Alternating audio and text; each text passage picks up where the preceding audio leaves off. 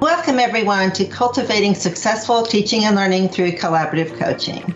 I'm Dr. Julene Reed. I'm excited to be here with you today. I'm in Memphis, Tennessee, and I have been in education for over 25 years, K-12. Now I'm an adjunct professor at Lamar University and also a co-instructor at Arizona State University's Mary Lou Fulton Teachers College. I do a lot of global consulting now. I've worked in countries all over the world, and I love to see teachers and students as they're teaching and learning and really engaging in their content and becoming successful for our future. I am on the advisory board of Dr. Jane Goodall's Roots and Shoots, and I also work with Polar Bears International as the head of their Tundra Connections program in the Arctic. I am going to start today by having you take a poll. So we want to check in on you and see how you're feeling today. So let's take a poll. While you're taking that poll, we're going to get ready to start our webinar, start our talk together today, and really share and learn what's ahead for education. So moving forward, as you're taking your poll and looking at those results, I want to look back. I think it's important to look back at the last 18 months and see where we've been. We've been in a global pandemic. None of us have survived or been through one like this before. So it's been a whole new world. It's a whole new world for education, but a whole new world for us. And it's important as we look forward about going down this road of the future that we really reflect on our journey. We need to look at where we've been. What have we done? What have we been doing? Where we are today and where we're going. Where do we want to go in the future? What's our goal? What's our objective? And along with that, we need to be thinking about what worked well in the past, what didn't work well, and how to keep moving forward, learning those lessons that we learned and applying them to the future for tomorrow.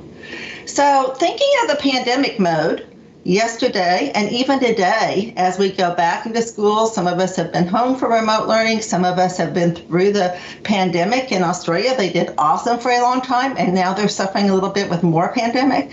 So as we look through this, we really got into a survival mode, much like Maslow's hierarchy, where we really focused on those basic needs, keeping our families healthy, keeping our families well, keeping ourselves safe, and really taking care of ourselves and taking care of our students at the same time. And so we didn't have time for self-actualization or creativity. So now we're kind of changing. We're shifting into whatever this new normal is and what the future holds.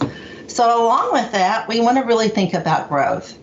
You know, we don't want to go backwards. A lot of teachers today are going back into the classroom, and when they get back in the classroom, they're like, oh, we're face to face, we can go back to like we used to be. And then they often don't remember what it used to be was. So we've learned so many digital skills during this time that we really want to capitalize them on those as we move forward. So looking at action research, and I mentioned this a minute ago, when we look at this, and we do this every day in our lives, we make a new recipe and we think of these questions. So this is something we really need to think about moving forward and how we become successful. Successful in how we're educating our students, successful in how we're implementing digital technologies. And so in action research, you ask these questions. What worked in the past? What didn't work or could have been done better? And how do I apply these lessons moving forward? So I teach this in my graduate class all the time, and this is something that is really important as we do everything in life and measure whether in our classroom, in our school, in our district, in our ministry, whatever type of organization you're in for education, you really want to look at what's working and reassess and move forward by the lessons you've learned. So the journey ahead. You know, where are we going? Where is this road going to take us? And one thing I've learned through this, and it's very different everywhere you go, is that we have to think about culture and we have to think context. Because what might be innovative and forward-thinking for me and my school may not be for you. What might be forward-thinking and innovative in one country may not be innovative in another country. So everything is very related to culture. It's very related to context. If you look at innovation in America, in China, we're pretty innovative. But if you go to Tanzania, Malawi, where I've done a lot of work, their idea of innovative is very different than what it is for us. So culture and context play a big role in this. So what we want to look and talk about today is transformation, not just how powerful and what a catalyst coaching can be when you're working with students and you're working with teachers and you're working with leadership, but also thinking how can we transform education. We have a really awesome opportunity to reset education. Do we want to go back to that factory model where we all sit in rows and we're doing the same thing? I'm at the board all day teaching and you're sitting at your desk. Or do we want to really think about what education can be and make it about our students, make it about what their future is? So we want to think about transformation, innovation, and systemic change, not just change for today or tomorrow, but ongoing change, while we continue this momentum of digital teaching and learning. So along with that, the two things we're going to look at today are leadership, and we're also going to be looking at coaching. And embedded in coaching is professional learning communities, PLCs as well, or some people call them professional learning networks. So we're going to be looking at these components of this.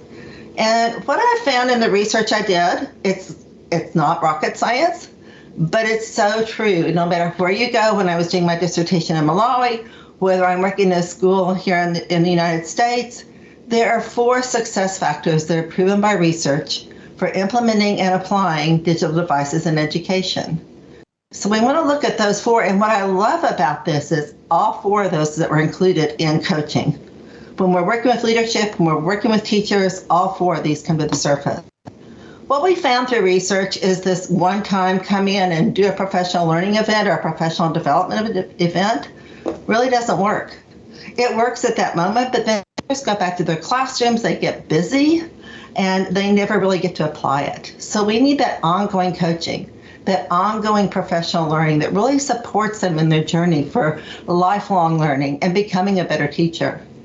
Also, we need personal expertise in the use of the devices. If it's a digital device and you don't know how to use it personally, you're not going to integrate it, or you're not going to integrate it well. So we really need to have personal expertise on the use of the device. Third, do you believe in it? Do you believe in the efficacy of using digital tools and how they can personally affect and pedagogically affect in a positive way student academic success? That's also critical. And fourth, we have to have leadership support. If you don't have support from the leadership as you're taking this journey, and if you don't take this journey together, it's going to be a real challenge. So thinking about those and thinking about being forward thinking, future forward, we want to think about transformation. We want to think about innovation. And the best way to make these things happen is through collaboration, working together. So thinking about that, we want to look at collective leadership. This is kind of the path or the journey we're going to take in our time together today. Collective leadership, what is that? We'll talk about that. We're also going to look at impactful coaching and PLCs. How do you really become a catalyst for change as a coach? And then we want to look at growth. Growth is really important. Just going back to how we used to be is not what we want. We want to grow forward. So looking at those 3 topics as we navigate through our time together today, the first one is collective leadership. And what does that mean? Collective leadership, often called distributed leadership, means that, yes, we have to have one person at the top. Yes, it has to be hierarchical. It cannot be a completely flat organization. Yes, and we want everyone to have buy-in. We really want everyone to feel vested in this process, and that's why we want collective leadership. It needs to be a collective process where we're all working together. We all know what the mission is. We're all going together down the road to meet our goals and objectives, which are improving student success. We recognize the shared expertise of everybody in the room, that the intelligence of the room is greater than the intelligence of any one person within it, right? And so each individual within that group can respond to the needs of others if they have the answer. Each individual in that space has value in sharing and presenting on their own, and we encourage that. We encourage, hey, you have an expertise in behavior management within a classroom. Please share that. You have an expertise in showing how to make OneNote accessible for speech providers of students with autism. So go ahead, please make that meaningful, and let's share that, because I'm not a speech teacher. Like, I have different areas of expertise, but we want you who are in that circle, in that fight, to share your experiences and speak to it. So yeah, big proponent of distributed leadership and making sure, and to say even a tool like Teams is great at allowing for that sort of community building and collective professional learning network approach to turning everyone into a sort of educational leader in whatever manner or capacity they're capable of being. So thinking about collective leadership and distributed leadership, it does develop a collaborative culture across the community. This is so important that we feel like we're working together, because that really supports an environment where everyone is vested. We all feel ownership and responsibility for teaching and learning. And when I say community, I don't just mean the teachers and the leaders and the coaches. The students are part of our community. The parents are part of our community. So I really think about the larger community as we move forward. Leadership and coaches, how do you get started? And it's really a tiered kind of approach.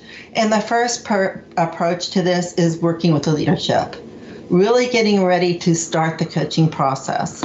So first, what are the issues? You sit with the leaders in an organization, an educational organization. You identify the issues, the challenges. Let's all talk about what the challenges we're facing are.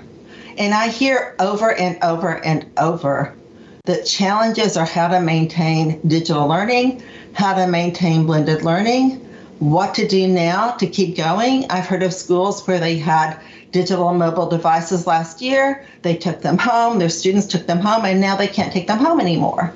So we don't want to go backwards. What are those challenges? And if there's a problem, let's figure out how to fix it and how to address it. And then what are your goals? We always need to have a goal and an objective, and then let's backwards design that. So we want to do that.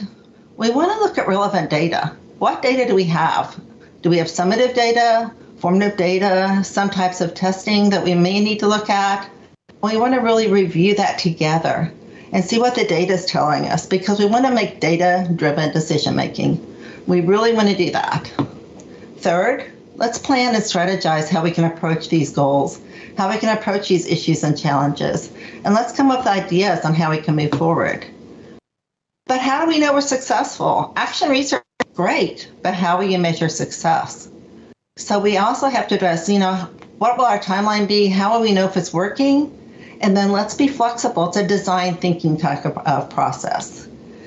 And lastly, this is the most important, developing those relationships. It really is all about relationships. And so we need to make sure that we're having a good working relationship with each other as coaches, with the teachers, and with the leadership. So relationships are really a primary driver and catalyst as well. So as you move forward with the leadership and you're still working together and you've set your goals, you've set your objectives, you kind of know the direction you're going, you want to think about the cadence. So leadership and coaches need to have a continuing communication cadence. Luckily, it can be person to person, face to face, or it could be a Teams meeting, or it could be a variety of methods. With digital technology, we can connect in lots of ways, but we need to set that cadence. How often are we going to get together? So we can see what's happening down in the schools with the students, with the teachers, and talk about next steps. We want to have a teacher communication schedule. So as we're thinking about this, what will the cycles be for teaching, working with teachers? What will the cycles be for the meetings that we're having with teachers? So we really want to develop together with the leadership that communication schedule. And then lastly, we want to set the stage for all stakeholders. We can all, as coaches or as teachers, think we're on the right path, but we really need that leadership to really set the stage. And for coaching to be successful, it's important that those leaders also share what is coaching, why are we doing coaching, and take away that threatening thought about it. It shouldn't be threatening. It should be something that's very assistive, something to support them, and something to help everyone succeed. So it is a cycle. It isn't something that you come in, you coach for a month, and now you're gone again. You're going to keep coaching. You're going to keep working with leadership. You're going to keep working with teachers. It's going to be continuous. It needs to be flexible. Things change. You may have one goal one day, and next month something's happening. Something has happened in the leadership. Something's happening in some of the education mandates, and you have to adapt. So you want to be flexible and adaptable, and then you just keep repeating the cycle, adjusting the goals as you do. Digital support. So that was a lot. So we've talked about how to work with leaders. We talked about the importance of relationships. And we mentioned that we can use virtual meetings, but what other support do we have digitally for instructional coaches and leadership? Well, with Microsoft 365 and Teams, we can think of this as our central core, our hub, so to say, for everything we need for digital learning and for communicating and coaching and leadership. We have within Teams a staff team that we can create so we can keep all our documents there. We can communicate here. We can, have our meetings in here and keep everything in one place, one central location, including a staff notebook in which everyone can put the notes from the meetings, relevant documents that they found, and no one has to go searching for them in emails or somewhere like that because they're all in one place. We also have a calendar so we can keep our meetings organized. We can set them up in our calendar right inside of Teams. And finally, for this part of Teams, we have Teams Meet. So we can find people who are online, we can chat with them, and we can have instant meetings or we can schedule meetings. And there is one more component that's really helpful, and that's channels and conversations.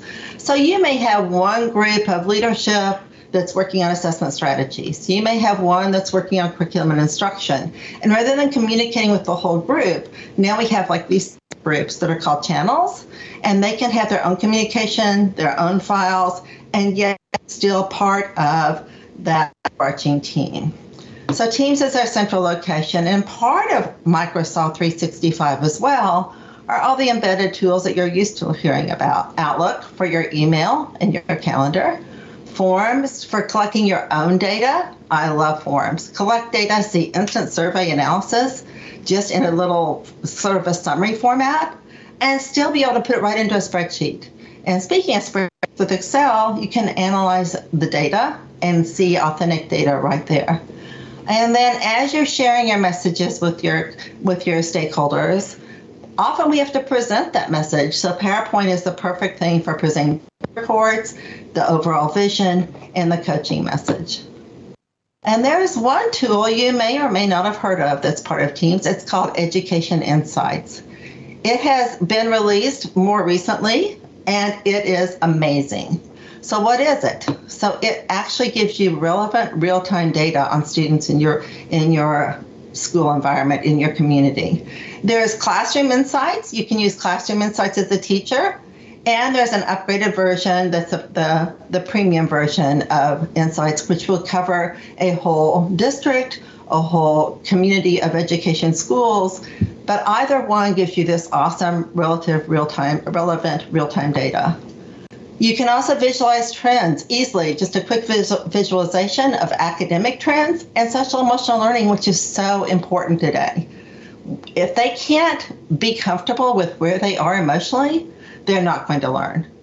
That's the same for teachers, by the way. Teachers have to be socially, emotionally well to do their job. I always hear the phrase, you can't pour from an empty bucket. So as teachers and educators and coaches and leaders, we have to take care of ourselves first. But the cool thing about Education Insights, we can also get a quick beat on where our students are. Third, you can tell how engaged our students are. Are they engaged? Where are they not engaged? What are they engaged in? And really analyze that quickly. You can track their progress and skills through their academics. And lastly, this is what's so awesome with coaching and working with leadership. You can share the data you find with others. You can review it and easily share it. So if you haven't tried Education Insights, one of the top tools for you to try. I think one pretty cool thing about Education Insights is the ability to look at data points that you wouldn't normally look at, such as the trends that pop up. Something that a teacher will see is like last week they had more missing assignments than they ever have before.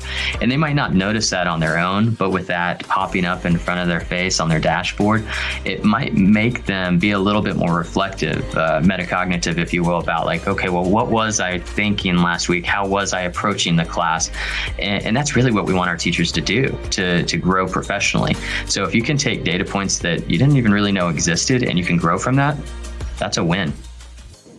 The next piece is impactful coaching. Remember, I told you we were doing kind of 3 pieces. We were going to do the leadership, then the coaching, and then the PLCs. And then we're going to pull it all together. So impactful coaching. I think people don't realize how powerful an instructional coach is. They are truly a catalyst for change, and we need catalysts for change right now.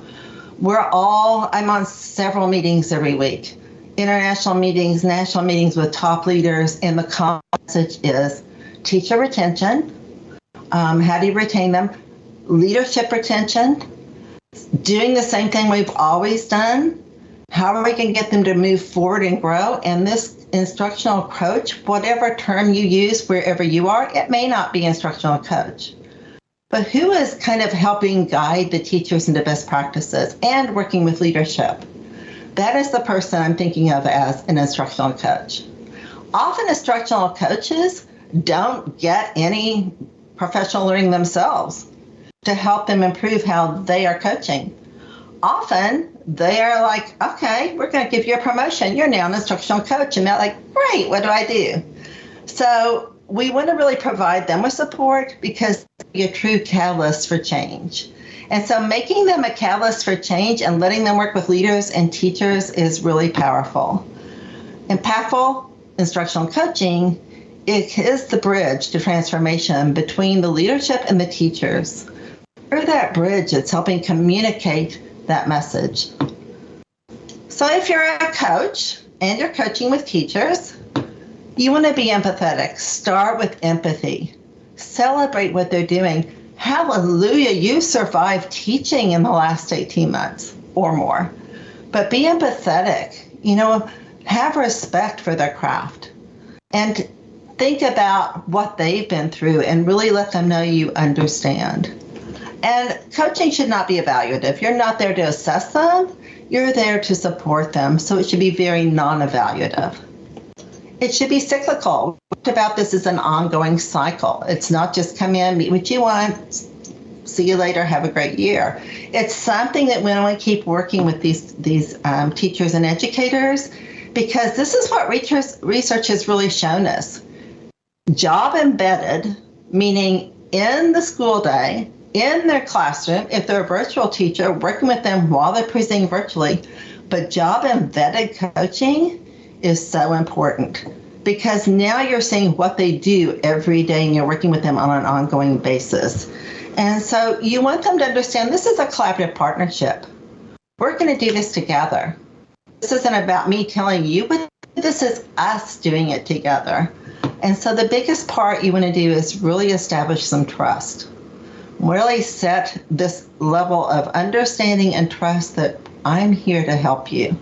We can do this. And that's how we're going to be innovative. That's how we're going to be transformative, is working together towards change.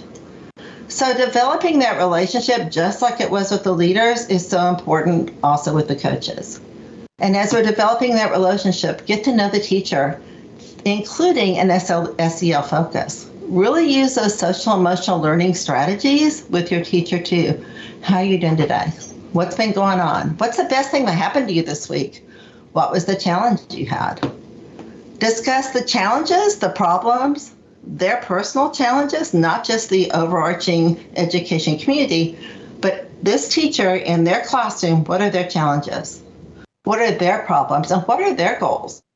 And often, we talk about saliency. Often we find that a teacher sets goals and then she realizes, that wasn't really what I wanted to do. The more I learned that wasn't really the right approach or it didn't work. So we may need to change those goals sometimes. Listen actively. This is so hard. This is so hard as a leader. This is so hard as a coach. We want to listen. You may think, I have the answer. Let me tell you what it is. And I often think it's a bit like a bit like being a counselor. A lot of being a counselor professionally is listening and asking questions that kind of guide their own thought process, their own metacognition about what's been happening. So ask those questions and wait for them to respond. And then be asked another question, but don't jump right into talking. Really listen. Together, you want to analyze student data. Well, let's look at what your engagement is and insights. Let's look at what the academic grades are for these students. Let's look at attendance. So let's look at the data that's relevant and see if that can support any of the decisions that we're making as we progress. We want to collaboratively develop goals moving forward. So what should we do together? What is your first goal? And take it in tiny bites. Maybe to set the big picture, but then backwards design it and think first step is this, second step is this, and take it in tiny chunks. And then brainstorm together strategies that might work. They may not work, but failing forward is important too. That's still a way that we move forward. So brainstorming those potential strategies and then setting our schedules. As a teacher and a coach, how often are you going to meet with them? Will they be virtual? Will they be in person? What are the coaching schedules? So these are the steps that you would take next when you're first working with that teacher and getting ready to actually do more of the coaching. And then as you get into the coaching cycle itself, you're going to have that ongoing communication. Often you'll go in and you'll observe them in a non-threatening way. Just kind of hang out, walk around with the kids, just kind of observe and see what's going on. Maybe it's virtual. Maybe you're observing through video. But observation and then mentoring them, really helping mentor them and grow. And a really important part of learning is modeling. I love to see someone else teach something because I learn so much from it, not only about how they're teaching it, but how I can improve my craft. So modeling is important and co-teaching is really fun. And they get really excited and it builds their confidence. If you're co-teaching a new instructional strategy, doing it together takes away that fear, takes away that anxiety. Setting up personalized lesson design. So as they're designing lessons and you're doing it together or you're giving them some supportive collateral that's lessons, then really personalizing things, giving people choice, ownership, voice, and authenticity. How are they learning? How will they demonstrate their understanding? Giving them options, that's building student agency. And we also want to build agency with our coaches too. Helping them develop culturally responsive strategies for teaching. So who are students in your classroom? Where do they come from? Where are their families? What are their families like? What community are they living in? Really looking at the culture of the overall culture of your students, your school, your families, your community, and being responsive to those cultures. We want to be really supportive and celebrate the cultures and develop strategies to do that. And then within those lessons, also including ongoing social emotional learning strategies for students, helping with accessibility. And when I say accessibility, it's not just for students that you think, well, they have a physical issue or they have a learning problem, a learning challenge, I should say. But there are accessibility options that are awesome for every student and teachers and adults. And then how do we differentiate our instruction? It's not a one-size-fits-all. We need to differentiate and personalize our instruction. So through blended learning activities, through giving them choice and developing agency, how do we differentiate in a way that's effective? And with technology, it's easy and much more streamlined to do that. And another part, I mentioned metacognition a minute ago. Research has shown metacognition is critical to learning. Really thinking back, doing this with the teacher, letting them reflect on their own lessons, doing it with students about how they learned, what went well, what was a roadblock or a hurdle. How did you overcome that hurdle? And then just reflect again, listening. We need to listen and ongoing feedback that is important to what they're doing and relevant. And then continue the ongoing data gathering and analysis for the teacher. So you're kind of gathering information and keeping a log of or a journal in a digital format, but also with the students, continuing that data analysis with the students to see, again, was it successful? Are you measuring the success of the initiative? How are you measuring it, and how are you judging or gathering the data for it? So another thing that we've learned through the pandemic, and it's been a source of many conversations, is what does professional learning or professional development look like now? We used to always bring teachers together for a day of professional learning. In fact, recently I flew to the other side of the country in the United States from Memphis to California. And I spent a day traveling to get there. I spent a day of working with teachers, and then I spent a day traveling back, 3 days. On top of that, when I got there, it wasn't a innovative professional learning event. It was teachers. I had them for 1 hour. They went to another session for an hour. They went to another session, and they rotated. They were awesome. My thought is when they left, did they really implement anything? Because it was that one shot, that drive by, give you some PLPD, and then move on. So I thought, was this the best use of my time for 3 days? Was this the best use of those teachers' time to spend a day going from session to session? So we really need to rethink how teachers learn. And I think teachers are demanding it. And the research has shown that we've done recently with Microsoft has shown that teachers want a hybrid. They want some face-to-face. We want to be together. We want to have that personal connection. But we want to have flexibility. We want to have the ability to go to a webinar, to watch a video on my own time because I have a family to take care of when you're scheduling this. And so having that multiple options, multiple pathways to learning for everyone is really important. Students too. But thinking about how can I provide multiple pathways to learning for students and for teachers. So I'm working with some Knoxville public schools in Knoxville, Tennessee. It's Eastern Tennessee in the mountains. And I was working with a group of coaches, and one of the coaches at Gresham Middle School in Knoxville gave me some awesome quotes and information. This is from her. I try to set people up at ease so that they understand that I'm there as a helper, not to judge or to point a finger. How can I help them make their work easier or more efficient? Asking questions like, how can I help with classroom management? Can I brainstorm with you? So really being a collaborator in the journey.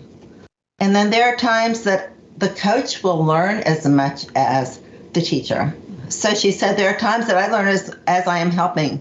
Often, this is how it is. We help each other. You don't have to be an expert to be the coach. Yes, you have to be all these things that we've talked about. You have to use these skills, really implement from a place of empathy and collaboration. But you don't have to know everything. We can learn it together. So knowing that you can learn with the teacher is exciting. I love to learn with kids. I love to learn with teachers. If they teach me something, I celebrate it. No one can know everything. So I love that quote. And then the third thing that I said we discussed was the power of peer coaching. Peer coaching is hugely powerful in professional learning communities, or PLCs as they're called. So why and what? Let's talk about that for a minute. When you work, and I do this actually in my academic graduate courses that I teach, we get into PLCs. We get into cadre, cohorts, or whatever you want to call them. And when you get a group of people together and they're working in this professional learning community, now they have common learning goals and objectives. You want to organize them in ways that do this. I did work with a superintendent who had PLCs where they had high-level digital integration skills with teachers, and then teachers who had very little skills, and they put them in one PLC to support each other. So there's a variety of ways you can do them. But it's great because then they have common learning goals and objectives. They get this culture of support. We're supporting each other on this journey. Besides my coach, besides the head of my school, and besides the other leadership members, we have each other. We're together. We're making our tribe. We have a collaborative spirit. I love working collaboratively. I can work alone, but it's so much more. You're much more successful when you're collaborative. It's so much more fun. So that collaborative spirit is really important. And the part about amplifying teacher voice, I may be thinking myself that we're not doing something as well as we could, and I may have some ideas on how to improve it, but I'm just one person. But you get in your PLC and you realize, it's not just me. We're all thinking similarly. So now we have this teacher voice as a group that really is empowered to really try to address change with the leadership. And then cooperation and looking at instructional data together. So looking at that data together, analyzing it as a group, and getting everyone's thoughts on it really helps with that growth as well. And finally, helping to build the culture of innovation and transformation. We want to do more than just the bottom of that Maslow's education hierarchy. We really want to get where we're innovative. And we want to transform education. And this is what I'm hearing all the time. People just want to go. Teachers are still stressed from everything they've been through. They just want to get day-to-day. How do we get them to get past just day-to-day the way we used to? And how do we get them to be innovative and transformative, really to transform the future of education? And you do that through groups. Because I get excited when I hear you talk about this great new idea. And then you get excited when I hear say something about we could be doing this, and then we plan how to implement it. That's how we can be innovative and transformative, by working together. Developing a professional learning community where all teachers feel safe and all teachers feel welcomed and all teachers feel capable of sharing their story and their perspective, and their voices are equally important to everyone in the room, is probably one of the hardest things I've ever done as an administrator. But it's also one of the most significant things I've ever done. Because when you can build a culture of continuous growth and development within your faculties, then you will see the impact of that in your classrooms. And I love this. We have a teacher that I've been working with in New York that we've been doing some interviews with and learning about their journey. And this teacher is working in New York City, has well over 1 million students. This teacher works with special needs students and coaches in about, I think it was like 26 schools, a lot of work. And when they have their PLCs, through Teams meetings, he can bring in experts and other PLC members, really powerful educators from all parts of the country or world. So no longer is your PLC limited to your brick and mortar building or the schools around you in your community of learning. Now you can bring in people from all over through Teams meeting, and we don't have to all be in the same place to do it. So that's what I think the pandemic has shown us, that there are multiple ways to do digital learning, multiple ways to do instructional coaching, and multiple ways to be a successful leader using the technology that we have. One of the other leading researchers on visible learning, which you may have heard of, is John Hattie. And John Hattie says collective teacher efficacy is a collective belief of teachers in their ability to positively affect students. That's a lot of words. The teacher has to believe that what they're doing is making a difference. And if they believe that what they're doing is really making a difference positively with their students, then it's the number one influence related to student achievement. If my teacher is so positive and confident of what she or he is doing to really affect change with students and help them be successful, it's really going to influence your student achievement. And so that's John Hattie from Visible Learning. And finally, what about the digital support for these instructional coaches and the teachers and the PLCs? We have continued professional learning and support for coaches. We want to also use the digital tools for them, for the teachers, and for the PLCs, like we just discussed. And so we have the same tools that we used as leaders, the ones we discussed as leaders, the whole team suite of things that we can use. We have the suite of Microsoft 365 applications. And yes, we have even more. Because as coaches and teachers, we reflect. And Reflect is built into Teams. This is a quick analysis and, as you can see, graphical representation of social emotional learning. How are you feeling today? and they pick their happy face or sad face. And you quickly get over time, not just for that one time, but you get to see the ongoing data of how they're feeling and looking at their SEL status. Reading progress. If you have not used Reading Progress, which has come out recently, it is amazing. I remember I taught in elementary school a really long time ago, trying to tell a parent that their student just wasn't quite reading on level, and they didn't understand that. With Reading Progress and Microsoft Teams, you can record your students reading, and Reading Progress charts and tracks their progress in reading and also helps them improve their reading. And through using this as a coaching device as well, it's a powerful tool for improving student reading.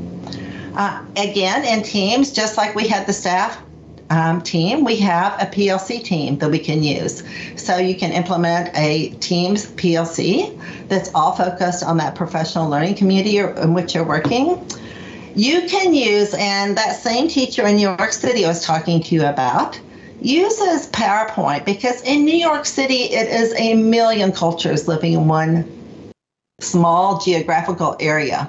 But so you walk down the street, you hear all kinds of languages. And so you hear the teachers and the students have backgrounds from many countries. Some parents don't speak English. And one of the most powerful things this teacher told us is that he loves to use PowerPoint and the closed captioning translate, because as he's talking and using that translator tool, or Microsoft Translator works as well, so that as he's talking to them, it's translating. So if he's doing a presentation, if he's having a conversation, it's translating in real time what's being said. And he said that is extremely important and extremely powerful for really getting the parents involved in our overarching community. I left the last two tools for last because these are my very, very favorites. Microsoft Immersive Reader. You're seeing it everywhere. It is amazing. Not only will it read to you in the voice of your choice, and you can choose the speed at which it's reading text to you, it will translate it. And the other thing it does, it has picture dictionary for those ESL students, for emerging readers. They can click on a word and get a picture representation, which actually comes from assistive devices that have been used with special needs students, that technology. So Microsoft Immersive Reader is amazing. You have that. And then my other favorite tool is Flipgrid.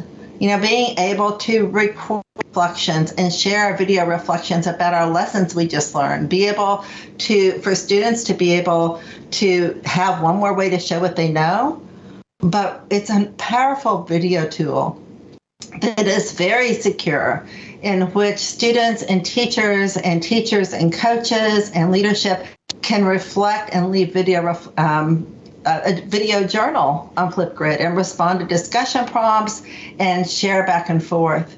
So Flipgrid is probably, that and Immersive Reader are my two favorite. I love the power of those two tools. But anyway, going forward, as we've talked about going forward, and this isn't just with Microsoft Education, this is education, period. Where are we? Right now, are we in person? Are we there face to face? And is it going to be that way for the next few months, the next year?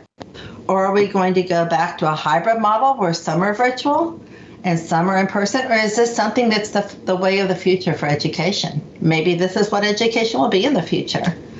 Or are we remote again? Is everyone remote because we're still dealing with ongoing issues in our world?